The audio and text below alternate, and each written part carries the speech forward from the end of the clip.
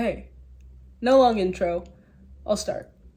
And he says, I need you to download this tape, this Sandy Beach tape. Sandy Beach is a big speaker. Uh, uh, and in this, What was the speech? yeah, the speech was, he was talking about this Chinese farmer. And this Chinese farmer and his son, they're picking radishes about the ground. And they don't own the land that they're farming off of. And they're barely subsisting. They're giving 70% to the landowner. They're living off of 30% of these radishes. Their whole financial legacy is tied up into this workhorse. And one day, and the son is really working the land because the man is too old. And one day the workhorse runs up off the hill. He just fucks off. He's up the hill. And the son runs into the house and he shakes his dad up and he says, "Dad, you're not gonna believe it. This is a travesty. We're gonna die out here. I can't get these radishes to grow unless I turn this land over, and I can't move that hoe without the horse, and the horse is gone. This is a nightmare."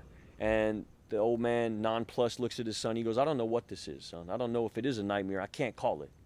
And the son thinks his dad's out to lunch, or like ambivalent, or something's wrong, or he's too old. And a couple days later, the kid is chilling on the porch, and he sees the horse running down the hill with 50 wild stallions behind it.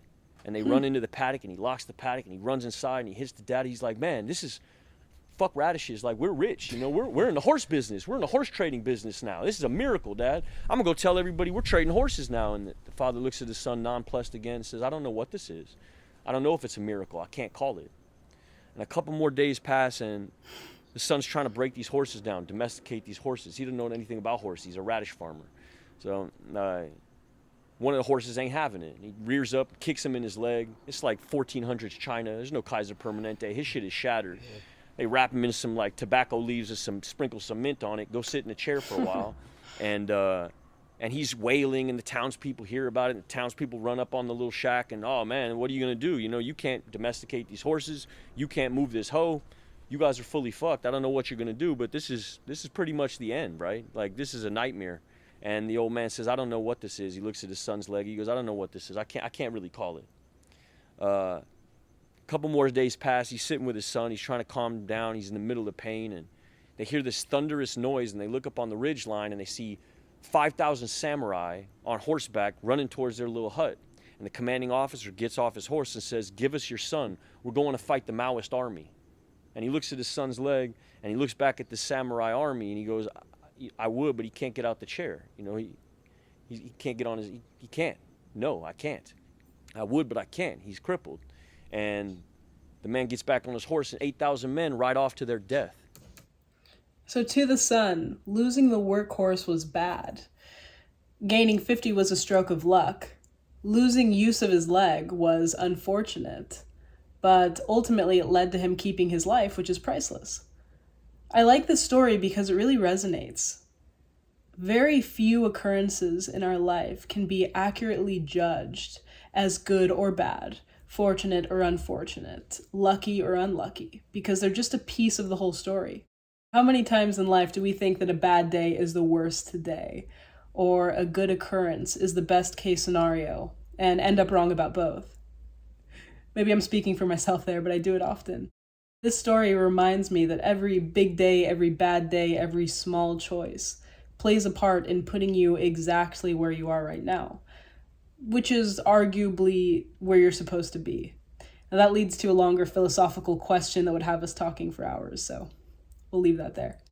But the farmer understood that he couldn't assess the situation without taking a step back and waiting to see how it played out.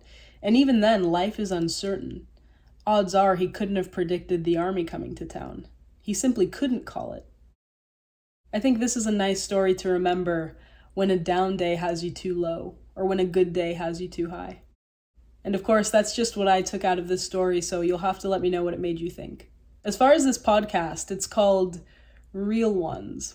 I wasn't familiar with it before watching this specific episode, nor the host.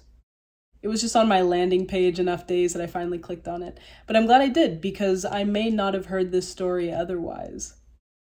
I do remember Shia LeBouf on some Disney Channel show when I was younger. I don't remember the name. If you remember the name of that show, please let me know down in the comments. I had no clue of what had become of him. I don't watch many movies or read tabloid gossip. Now, I know that whenever a canceled person is speaking, there's always a comment along the lines of, "This is a bad person. I would never listen to anything this person has to say." Well, I try not to think that way. I try to separate people from their wrongdoings because I believe that humans are so much more nuanced than the category of good or bad.